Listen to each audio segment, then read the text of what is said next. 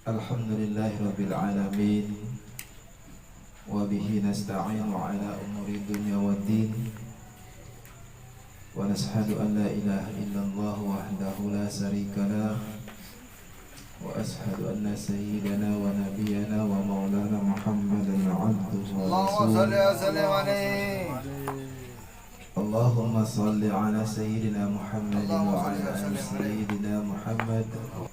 Ikhwati billah rahimakumullah, saudara-saudaraku jamaah sekalian yang insya Allah dicintai oleh Allah Subhanahu wa Ta'ala.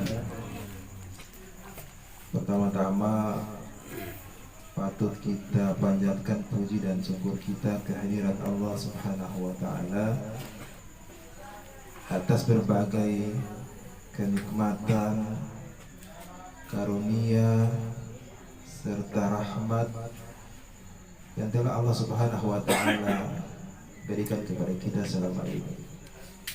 Ini sebuah karunia sebenarnya, sebuah rahmat yang Allah Subhanahu wa Ta'ala berikan kepada kita tanpa kita sadari. Karena masih banyak orang di luar sana yang hari ini sementara sedang lalai, sedang euforia, sedang terpesona dengan kenikmatan-kenikmatan duniawi, sehingga mereka lupa untuk berada dalam jamaah atau berada dalam majelis-majelis seperti ini. Jadi kita ini bagian daripada orang-orang yang dipilih oleh Allah Subhanahu wa Ta'ala. Jadi tentu kita harus bersyukur, ya kan? Saudara-saudara sekalian, mungkin tidak ada teori atau tidak ada materi khusus yang ingin saya sampaikan, tetapi ini sekedar sebagai penguatan saja bahwa di generasi saat ini dengan berbagai dinamika kehidupan di seluruh aspek tatanan kemasyarakatan, sosial, ekonomi, budaya, dan lain-lain, tidak ada jalan keluar buat kita yang akan menjadikan solusi buat kita kecuali kita harus ada dalam genggaman jamaah seperti ini. Ya, ketika kita ada dalam jamaah-jamaah majelis seperti ini, maka itu sebuah benteng, sebuah pondasi buat kita untuk menghadapi dinamika kehidupan dalam seluruh aspek tatanan yang ada di muka bumi ini. Keberadaan kita sebagai sebuah jamaah yang kita bangun dengan perasaan dan cinta serta kasih sayang untuk saling mengingatkan, itu aja. Saling mengingatkan di antara kita. Kita ini kan manusia yang ditakdirkan oleh Allah Subhanahu wa Ta'ala, sebagai fitrah kita adalah khilaf dan alfa atau dosa. Kita ini manusia pendosa. Setiap saat kita pasti berpotensi melakukan dosa. Siapa yang kira-kira tidak pernah melakukan dosa dalam setiap detiknya? Kita ini berpotensi melakukan dosa. Oleh karenanya ini menjadi sebuah wadah untuk kita merecovery. Kita saling mengingatkan untuk kita memperbaiki setiap kesalahan dan dosa yang kita lakukan. Ya kan? Walaupun nantinya juga kemudian setelah kita merecovery, kita menyesali perbuatan kita, kita memohon ampun kepada Allah Subhanahu wa Ta'ala, lalu kemudian kita juga akan melakukan dosa. Itu hal yang fitrah buat manusia. Bahkan Allah Subhanahu wa Ta'ala justru mencintai hambanya yang selalu meminta ampun kepada Allah Subhanahu wa Ta'ala, lalu kemudian tergelincir itu selalu. Jadi jangan khawatir dengan kehidupan kita yang nantinya akan terjebak dengan hal-hal yang tidak bisa kita hindari.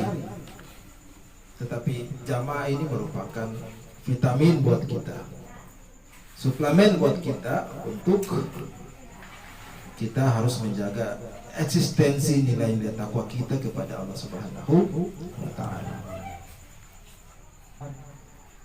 Dan hari ini kita ada pada fase yang keempat, fase yang tidak tahu ini fase apa.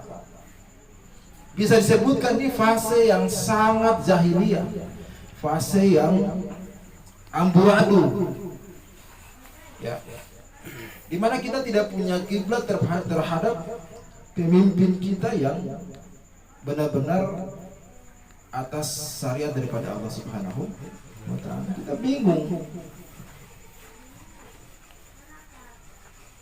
Kita diperhadapkan dengan pemimpin yang maaf zalim, diktator, otoritas, ya kan? Lalu kemudian kita mau bersandar kepada siapa? Tidak ada sandaran kita kecuali selain daripada Al-Quran dan hadis. Ya, ini bentuk daripada jamaah ini bagian daripada sandaran kita untuk kita bersama-sama berjuang untuk menegakkan agama Allah Subhanahu wa Ta'ala. Ya, ini bukan sebuah keniscayaan bahwa ini adalah sebuah sunatullah, bahwa takdir suatu ketika nanti insya Allah Islam ini akan tumbuh dan berkembang serta akan menjadi katakanlah tentram, aman dan sebagainya. Lalu pertanyaannya, apa kontribusi kita terhadap memperjuangkan menegakkan agama Allah Subhanahu wa Ta'ala ini? Apa kontribusi kita? Ini yang nanti akan kemudian kita pertanggungjawabkan di hadapan Allah Subhanahu wa Ta'ala semasa kita hidup. Apa yang kita perbuat terhadap agama Allah Subhanahu wa Ta'ala, bahwa satu saat nanti kita akan mempertanggungjawabkan ini di hadapan Allah, bahwa ya Allah, ketika saya hidup saya pernah bersama-sama dengan jamaah Jalsatul Falah untuk kemudian menyuarakan kebenaran, menegakkan syariat Islam, untuk menjalankan apa yang diperintahkan oleh Allah Subhanahu wa Ta'ala. Itu harus kita bertanggungjawabkan. Ya. Maka saya sampaikan tadi bahwa ini bukan sebuah keniscayaan, bahwa ini akan terjadi. Kalau saya kutip apa yang disampaikan oleh Rasulullah Sallallahu Alaihi Wasallam, itu Nabi katakan bahwa la tazallu taifatun min ummati zahirin alal haq ya zalah min khalaf. Itu Nabi katakan kurang lebih 1400 tahun yang lalu bahwa akan ada suatu saat di umatku nanti orang-orang yang akan tetap kokoh berdiri tegak untuk memperjuangkan kebenaran. Ya, siapakah itu? Ya masing-masing nafsi-nafsi kita mentafsirkannya. Apakah kita masuk dalam bagian dan golongan itu? Wallahu a'lam. Tetapi paling tidak dalam jamaah seperti ini, insya Allah Allah akan mengklasifikasikan, Allah akan takdirkan kita untuk menjadi bagian daripada umat-umat Nabi Muhammad SAW, sebagaimana yang tadi Rasulullah SAW sampaikan. Jadi Anda tegaskan lagi kepada kita sekalian bahwa ilmu itu adalah hidayah, ya. Kemudian takwa, nilai takwa kita, ketakwaan kita kepada Allah Subhanahu wa Ta'ala itu adalah fitrah yang setiap orang harus kita berusaha untuk menjadi orang-orang yang memiliki nilai takwa di hadapan Allah Subhanahu wa Ta'ala. Karena jangan kita kemudian terlalu terjebak dengan ilmu, dengan amalan yang seakan-akan bahwa tujuan daripada kita berjamaah ini untuk semata-mata meraih surganya Allah Subhanahu wa Ta'ala. Itu bukan seperti itu.